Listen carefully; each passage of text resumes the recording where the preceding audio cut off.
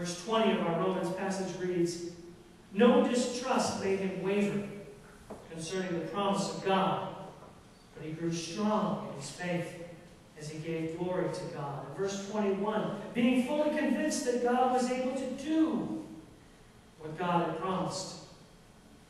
Verse 22, "Therefore his faith was reckoned to him as righteousness."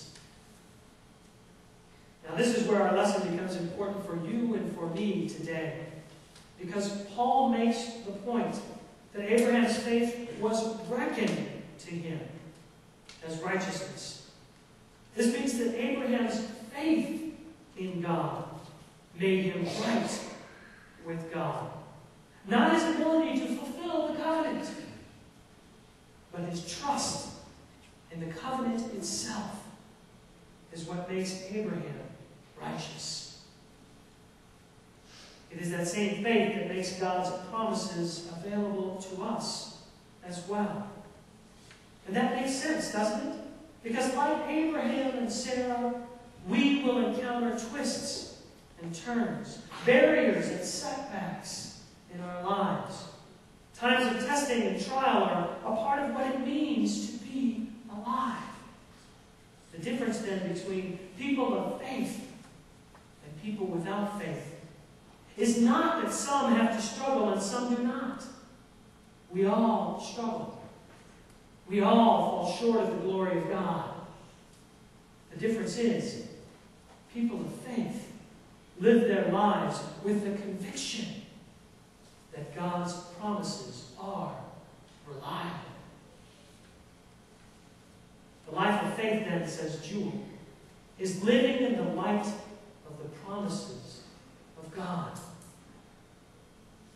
My friends, when we are able to live in this light, when we are able to make ourselves transparent and let God's light shine through our lives, as we talked about last week, then we find it much easier to hear the words that Jesus speaks so plainly of in our gospel text this morning.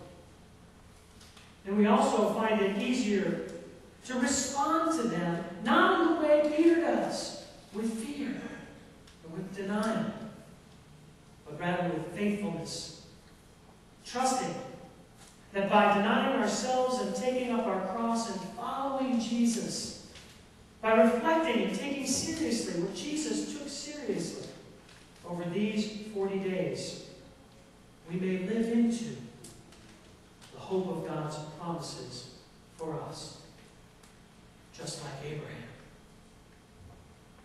Brothers and sisters, living in the light of the promises of God opens us to new possibilities and new ways of engaging with God and with God's mission in the world. It provides us with a sense of peace, even in the face of troubling circumstances. It gives us the strength to smile, even in the midst of the storm. And most importantly, it reminds us that God is not done. God is still active and alive in the world, showing us new life and new growth, even in a small preschool pumpkin patch. And that is a good thing to be reminded of, especially during